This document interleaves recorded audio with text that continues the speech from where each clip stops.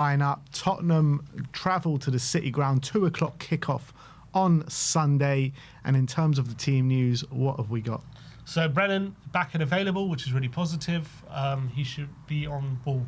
He should be available for the weekend. Dom Solanke, he said, is back on the grass and training individually, so that's obviously really good.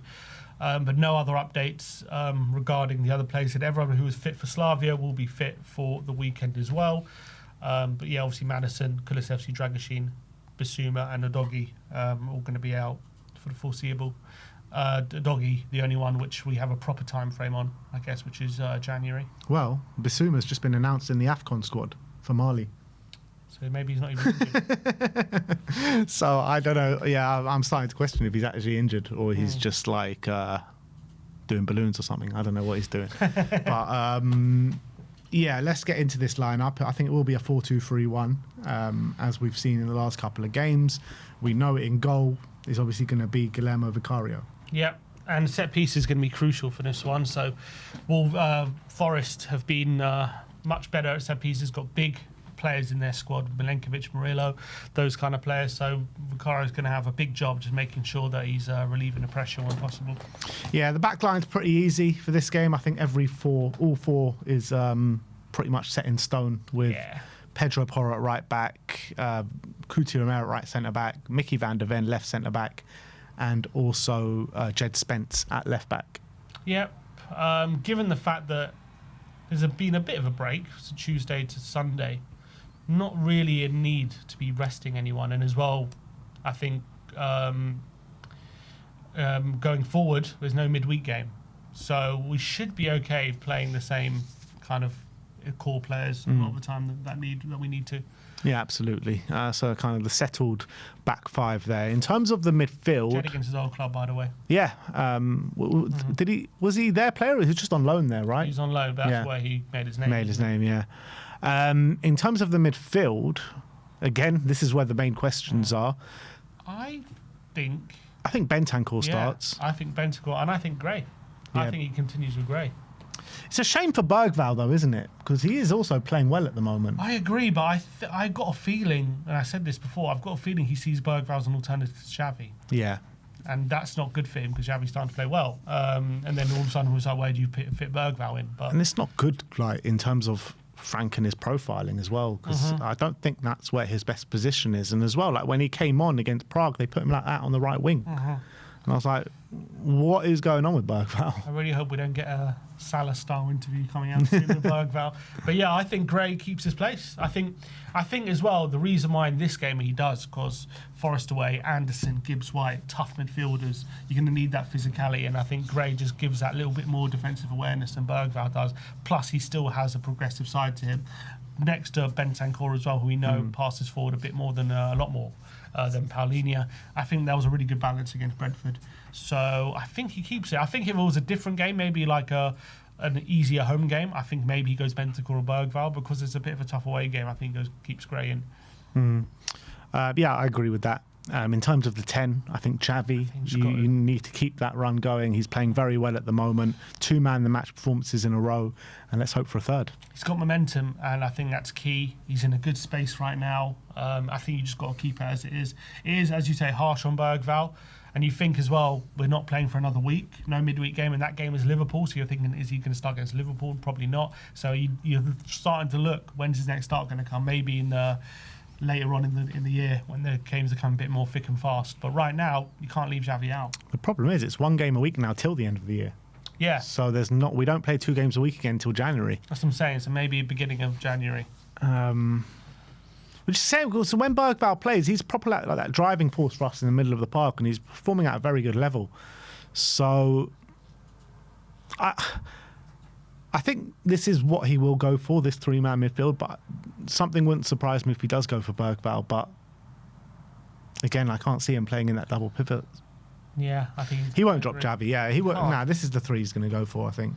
In terms of the right wing, I think it's Mo Kudus. Obviously, he's also performing at a very high level right now. Yeah. Really banging form, Kudus now. He is looking sharper than he did. I think Frank's right. He did go through a bit of a dip, didn't he? He had that injury didn't quite come back and looked a bit off it. Remember that Newcastle Carabao Cup game, he looked really off it. But I think the last couple of games, he's looked bang up for it again, and he's scaring the life out of defenders again, which is great. Yeah. So who's he going to come up against? Who's their left back? Nico Williams. Potentially. Or Nico Williams. Or Zinchenko started on Thursday, so maybe not him. Yeah, it'll be Nico Williams. That'll be some battle. Kudus can definitely have the upper edge on. Left wing is very interesting because we've got Odegaard there, we've got Matisse Tell there. Brennan. I don't think Brennan starts, so I think we can rule that one out. I think it very well could be Matisse. Or it could be Moani, who started against Brentford. Could be Moani with Richarlison up top. It could be that as well. Could very well be that. But in the press conference, he was asked about the Tottenham's upturn in form in goal scoring, and he said, I want to mention 3 players, and he mentioned Xavi, he mentioned Kudus, and he also said Richie's in a very good place physically right now. So is he? So like he was giving him praise. So is he saying like Richie is going to be my starting striker? I don't know. Maybe if he's going that far. Obviously against Brentford with Moani, I'd really want to see Tell, to be honest. I do want to see Tell on that left-hand side because I'm really liking his cameos, and I think he deserves more time. But whether that more time is going to come with earlier subs or is it going to come with actually starts, I don't That's know. what I want to see. I want to see Moani up top and Tell on the left. I've got a feeling it's going to be Rishi up top and Moani on the left. I want it to be Tell and Moani as well, to be honest. I want it to be Tell and Moani. But I've got a feeling it's going to be Moani and Rishi. Yeah, I just hope it's not. I mean, it's not going to hamper us too much, but like just get players in their natural positions. You know what I mean? They can get the best out of them, and I think Moani did a good job out on the left-hand side in against Brentford, but I still think he can offer the team so much more when he's starting in the number 9. And I think with Tell on the left, the job that Moani did on the left, I think they can provide pretty similar roles to the team in terms of work rate, pressing high up the front, winning the ball high up the pitch. That's what Moani was so good at against Brentford. And I think if you play Moani in the 9, it just gives us that extra that maybe Richarlison doesn't give us as well. And I think he can do everything that Richarlison does and more. So, yeah, I'll definitely go Tell and Moani up top. All right, let's do Tell and Moani. This is what I really want to see. Obviously, Odegaard didn't have a bad game in midweek, but I think Tell was okay. I think Tell was had a really bright cameo, and I just it's been unfair of him a lot of the season out of the Champions League squad, and maybe every time he scores, he seems to be dropped the next game as well. So let's hope he gets a start. How many starts in the Prem has he had? Like 2 or 3? Yeah, very minimal. Very minimal. And every time he started, it's been in the 9. So I really hope we get to see it. Like, how many minutes has he actually had out on the left for us this season? Like, not many. Hardly any. And I think every time when he's doing his good work out on the left-hand side a lot of the time, obviously he has done good work centrally as well. But yeah, look, I was of the thinking that Odegaard was ahead of him come start of the season, and look, for the majority of it, he has been. But I think Tell, what he's showing right now is more than what Odegaard is showing. Yeah. So that is the lineup that we are going for. We're going for Vicario in goal, Pedro Porro right back, Jed Spence at left back 2 of Mickey van der Ven and Cuti Romero, Rodrigo Bentancur, Archie Gray and Javi Simmons in the midfield 3, Kudus on the right, Tell on the left, and Randall Kolo Muani up top.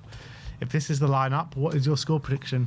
Yeah, it's a tough away game, Forest. I think it's going to be difficult to break him down, but I'm going to go with a 2-1 win. I think we're in a good moment at the moment, good momentum, and if we take that attacking kind of intent into this game, I really do think we can go at them and win the game, but it's going to be very difficult because they do have some really good players, Forest.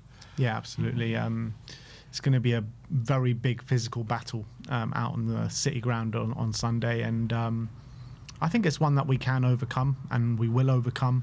I'm going to go for a 2-0 win. I think with that back line and with the protection of Bentancur and Gray, in which they've showed in previous games that can do a really good job at it, I'm feeling a clean sheet here, people.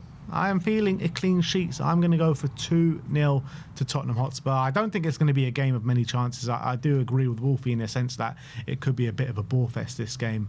But I think Spurs have got more than enough quality to break down this Forest backline, and I think we're going to do it twice. So I'm going 2-0. Sim's going 2-1. Let me know your score predictions and predicted lineups in the comment section below. As we